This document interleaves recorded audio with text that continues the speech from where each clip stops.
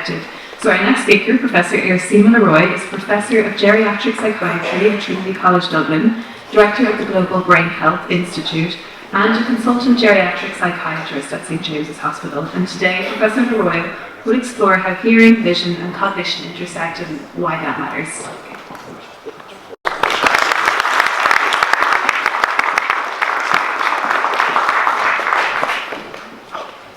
Thank you very much for the very kind invitation to speak here. Now, I'm just very conscious you've all been sitting for a very long time, and I know I was at the back getting a bit twitchy, so I'm going to ask everybody just to stand up if you can for just a minute, and this is the last lecture before lunch, and just give yourselves a shake.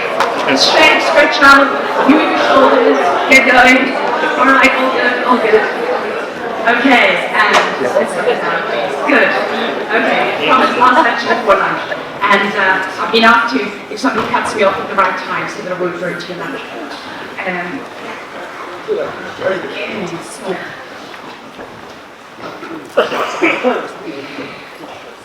So what's absolutely wonderful is that I have the opportunity to be here on the platform giving you this talk. Because when we first started doing some of this work, 6, 7 years ago, this wasn't really a thing. People didn't talk about hearing and vision in the context of dementia and cognition.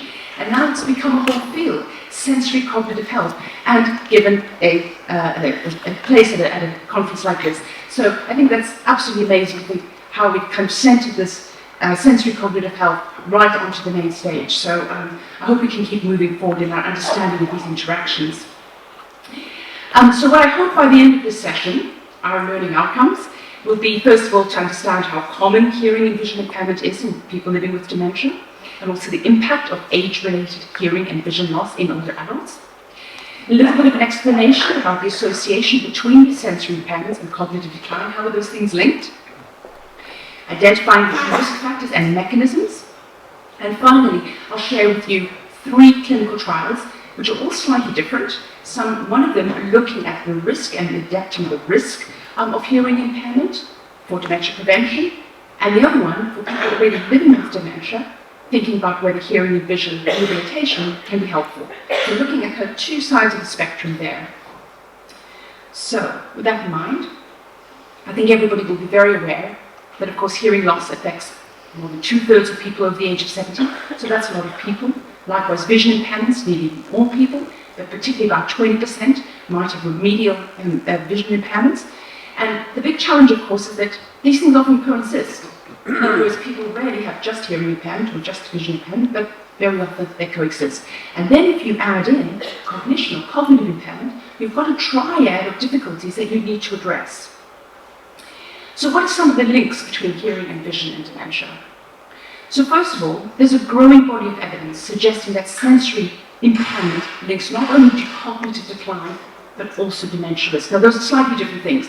Everybody as they age has physical decline, everybody as they age has cognitive decline. But sensory impairment is actually linked to that non-dementia cognitive decline as well, and I'll tell you a little bit about that as we go. But also dementia risk. So these are all slightly different things. And as you heard this morning from Sean, hearing loss and vision loss are identified by the 2024 Lancet Commission on Dementia Prevention as potentially, and I stress that word potentially, I'll say more about this when we talk about the trials, potentially modify the risk factors. Now, this is the 2024 Lancet Commission, and as many of you will be aware, there have been 3, 2017, 2020, 2024. Hearing loss was right at the beginning of 2017, whereas vision loss has just been added.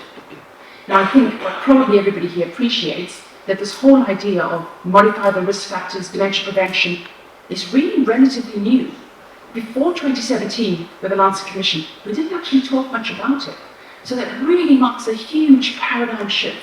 And yet now we're at the stage where we take it for granted that we should be doing things to look after our brain health, dementia prevention. It's part of our parlance. And so that's been an incredible shift within our field. And I think what's really important here is that hearing and vision loss represent opportunities for secondary and tertiary prevention. So what do I mean by that? Secondary and tertiary prevention of dementia. So secondary, for example, if a person is living with mild cognitive impairment and dementia risks, to try to prevent the conversion into full-scale dementia syndrome. Tertiary prevention is if somebody is living with dementia already is there a chance that you can modify their course, either by slowing progression or improving their outcomes? So both of those are slightly different, but extremely important. Now, many of you, again, in this field will have seen these. I don't expect you to read them, but it's really stressing this idea of hearing loss as a dementia risk factor, and say potentially a modifiable risk factor in midlife. So for those of you who aren't familiar with these particular diagrams, which have sort of become absolutely standard in dementia literature, what you will see is, I think I've got a pointer actually, do I? What we have here is early to later stage. Okay, so we're looking at risk factors from the early to the midlife to the later. And what we see here is that hearing loss is sitting here in midlife. And that's really important, because I'm wondering how many people in this room are in their midlife, have probably been of hearing impairment, and are not doing anything about it. I know that I fall into that category. If we now move from the 2020 to the 24 analysis here, again, we've got hearing loss again, but we also have vision loss added. And what's important, I don't expect you to read it because it's illegible, but what's really important here is that out of these models in which we theoretically can modify up to, or rather we can prevent 40% of dementia, or going up to 2024, 45% of dementia, the biggest proportion of this is in fact hearing loss, which is 8%. And here it goes down to 7% in this model. So that's significant. Now again, I don't expect you to see these numbers, but none of these numbers come as high. So how does this happen? There are a number of different mechanisms. Let me just talk you through them very briefly. Now, this is quite an old hypothesis, but it's still kicking around, and I think there's something to be said for it. And this is called the cognitive load hypothesis. So what that means is that if you've got hearing impairment, and many of you will know this when you go out for dinner on a Saturday night and you're sitting in a restaurant and you're really struggling to try to hear the person, not even opposite you, but next to you, trying to get that signal in noise, and you're straining and it's really hard, and you sort of have a social persona to keep up, and at the end of the night you're exhausted. And I know for myself, never again, I'm not going there again, it's too noisy. But the point is, it's a huge cognitive strain, it's a cognitive load to try to understand what the person is saying. And if you're putting all your cognitive resources into doing that, it becomes really difficult then. There isn't enough left over to actually embed those memories and recognize and understand what's being said. So that's the cognitive load hypothesis. Then there's this idea of social isolation. Now, this is kind of an indirect or secondary mechanism, that as people start to develop hearing loss and visual loss that's unaddressed, very often they can become more socially isolated because they withdraw from social situations. So I remember my own father who had very significant hearing loss from the age of 50, and over time he just became more and more isolated socially because he simply couldn't cope. He was way too proud to wear hearing aids, that was a no-no. So it created huge difficulties. But the point is that with a sensory impairment, resulting in reduced communication, adding to sort of social isolation, loneliness, and eventually cognitive decline. I'll come back to this and how they're linked later on. The next hypothesis is about actual brain structure changes. So namely, if you're getting reduced stimulation because things aren't going in, because of the hearing impairment, you can actually get cortical atrophy or brain shrinkage in key areas, particularly related to auditory, visual, and cognitive regions. So this is really important. It's like an understimulated brain. And we all talk a lot about cognitive stimulation and so on, but to be able to do that, you actually have to be able to hear and see for most modalities of how this is done. And finally, probably the most credible and I suppose the most important hypothesis here is this idea of shared pathology.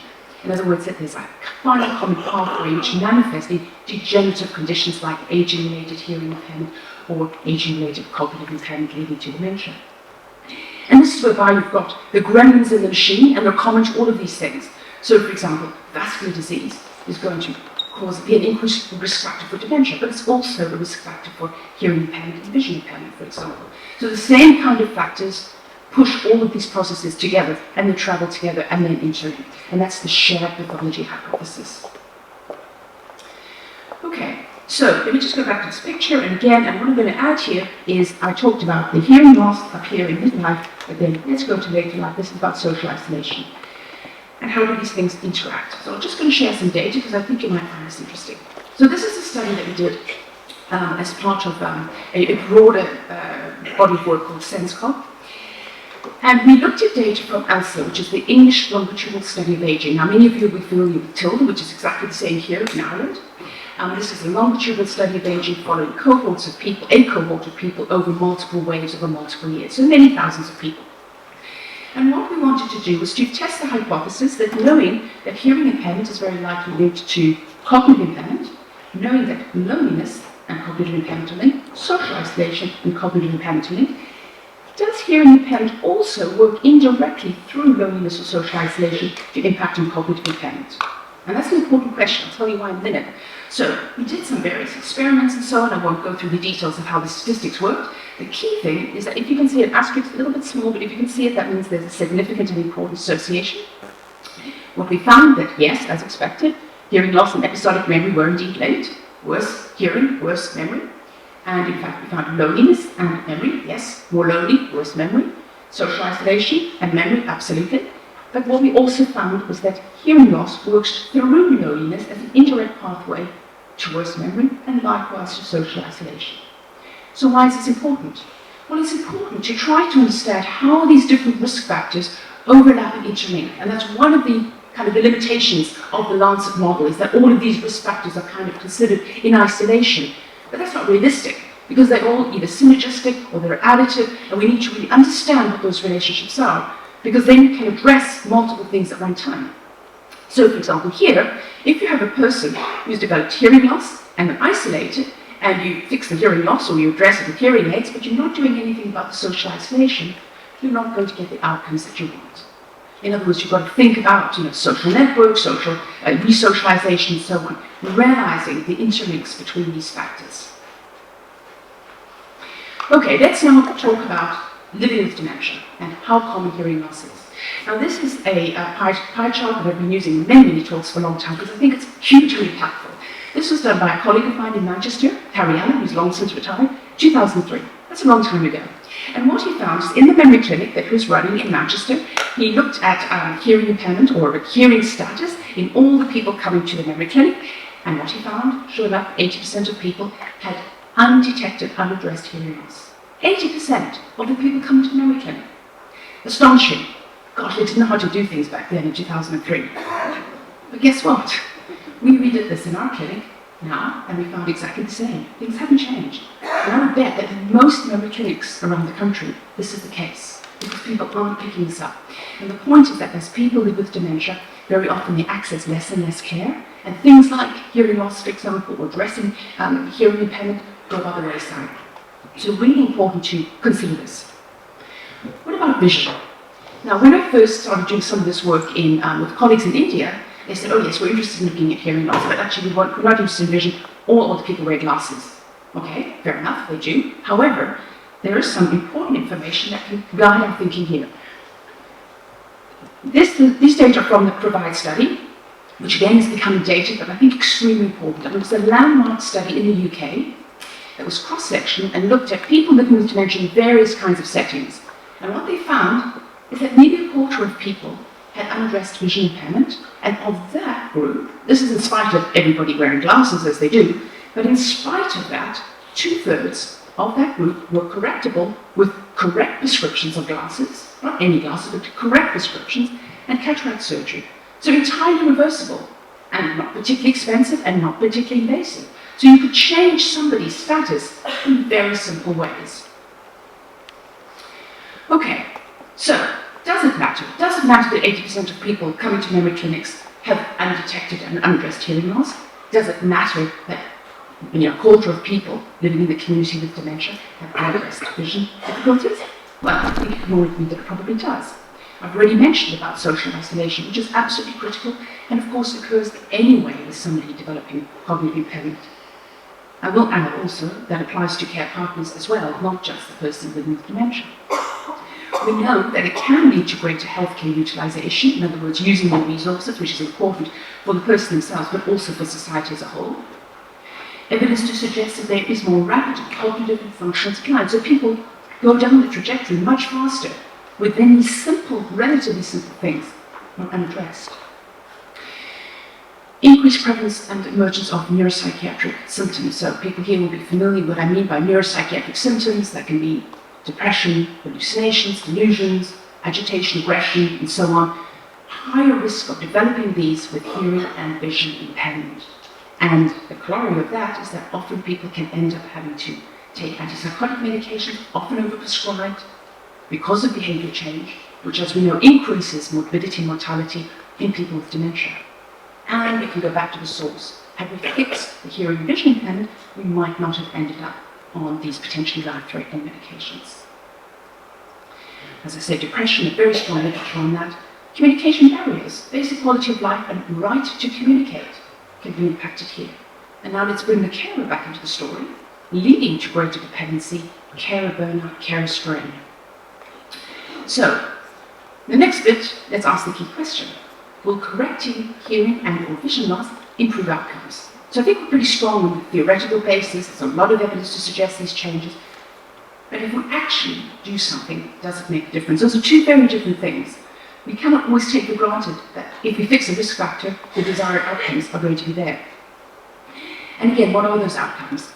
Cognitive improvement, slowing cognitive functional decline. Again, these are distinct concepts and entities.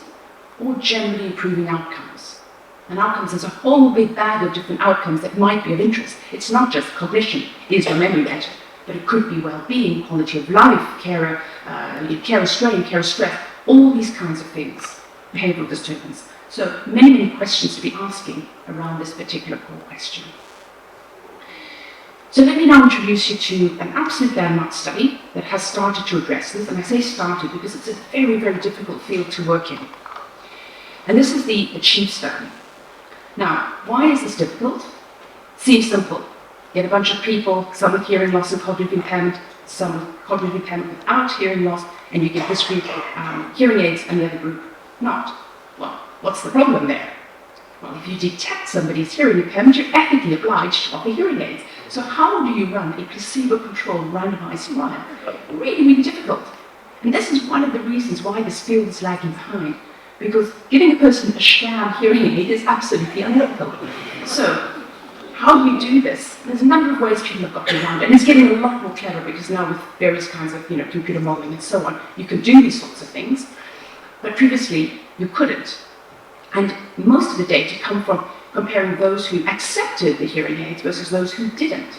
And you can imagine those are two very different groups of people. They're not comparable for many, many ways. But anyway, the ACHIEVE study has done a very good job of trying to address this, and this is a study that was run out of Frank Lynn's group. He's one of the leaders in the field of sensory cognitive health, and he's at Johns Hopkins, Baltimore.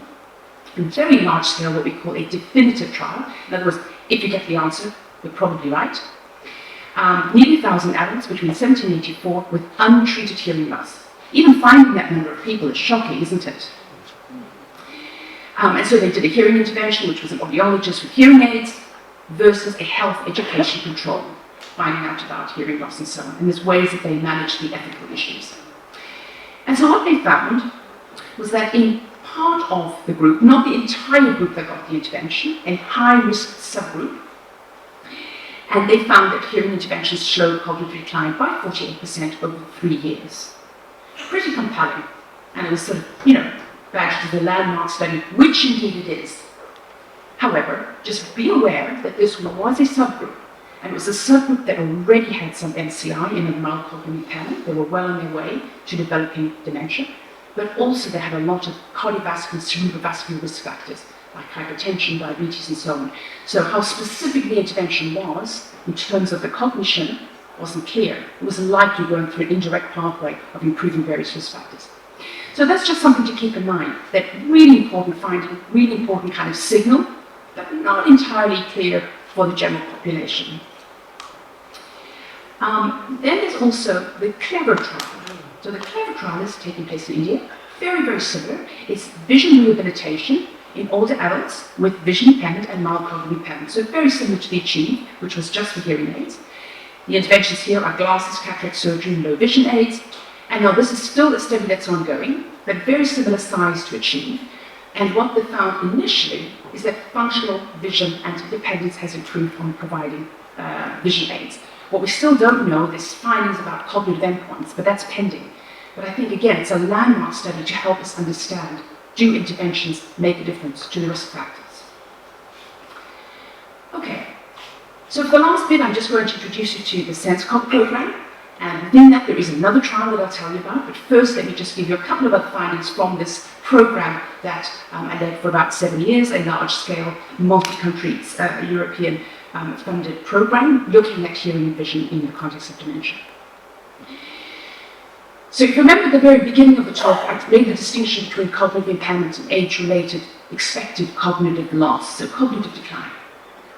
So this is one of the studies that we did, led by my lovely colleague here, Asri Maharani, using different longitudinal data sets. And what you see here is that this blue line here, this trajectory of expected cognitive decline up until the age of 90, okay, expected, so this isn't about people with dementia. This is as we all age, we all get frail and a little bit, less cognitively robust. Using different data sets, again, very large scale, the Health and Dementia survey here from America, the shared data set, which is what's called a large metadata set, where many European aging-related data sets are pooled, thousands and thousands of data points here. And what you can see here, for those that have hearing impairment, that trajectory changes, doesn't it? There's a more rapid decline for people with hearing loss. This is normal aging-related cognitive decline. Let's do exactly the same thing, but instead with vision. Same thing, isn't it? So here we can say people with vision impairment had a more rapid cognitive decline compared to expected. Now, I haven't included the slide, but if I were to give you a third slide, putting those together, if you've got dual impairment, hearing and vision impairment that's unaddressed, you will see that trajectory going even faster. So that's an important thing in terms of how we cognitively age over time and how we potentially, again, because these are retrospective data, how potentially we can address this. Here's another study we did with the ALSA data set. So this is taking everybody in the data set who received a hearing aid. So then we put a knot in the data, which is basically kind of a landmark, which is here. And then we looked at people's expected cognitive decline prior to receiving the hearing aid and after. Now, I think you can appreciate the trajectory of these curves is different, right?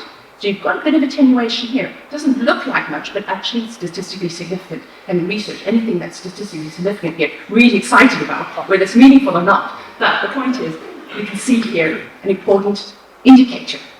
Now, again, this is retrospective data, so there's only so much we can conclude from it. Also, what we know from the data is that people got, 5 minutes left, no notes. What we noticed that people got the hearing aid.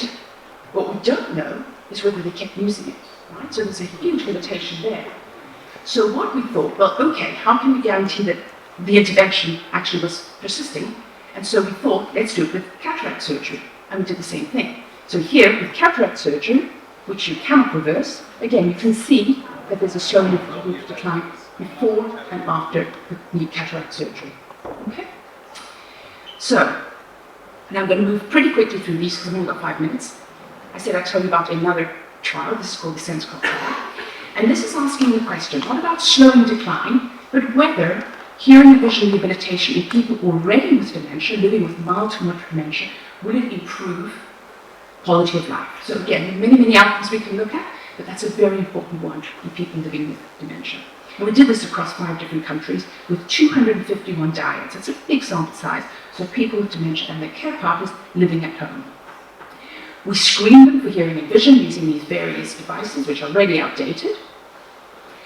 And I'll just quickly go through this. What we found in looking at quality of life, this is called the DEMPOL, which is one of the many dementia-related quality of life tools.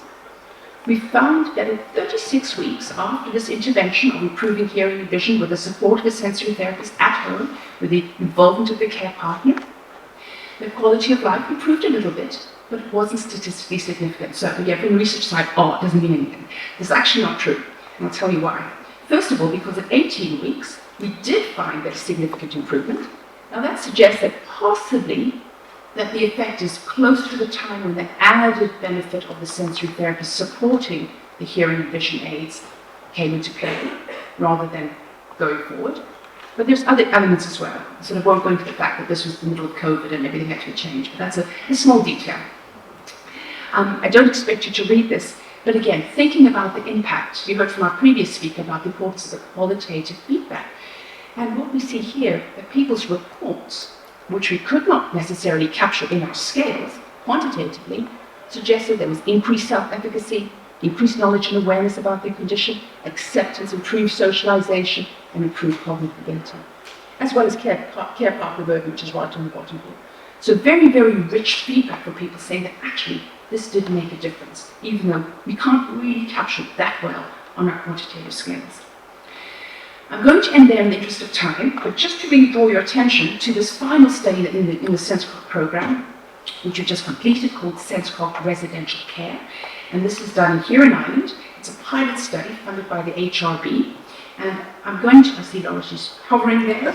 I'm going to just show you the final paper that's just come out in the last week or so, where we report on the findings of applying this idea of hearing and vision rehabilitation in the care home setting, which is quite different from at home with a care partner.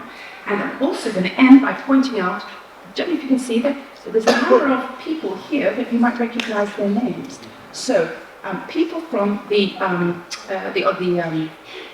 START or DRAT, I always get wrong, the DRAT program, there you go. So Janice, Kira's over here, Helen, and where's that other person?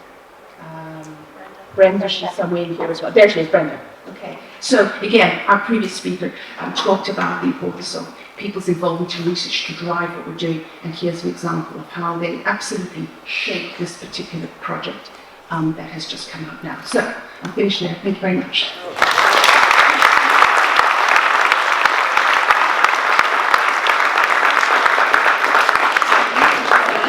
Well, I'll be having to start segments after this anyway. And does anyone have any questions? We have time for one or two, if that's all right. And Kevin, I see you with your hand up there in the front. Yeah, just very quick. You're right here, so.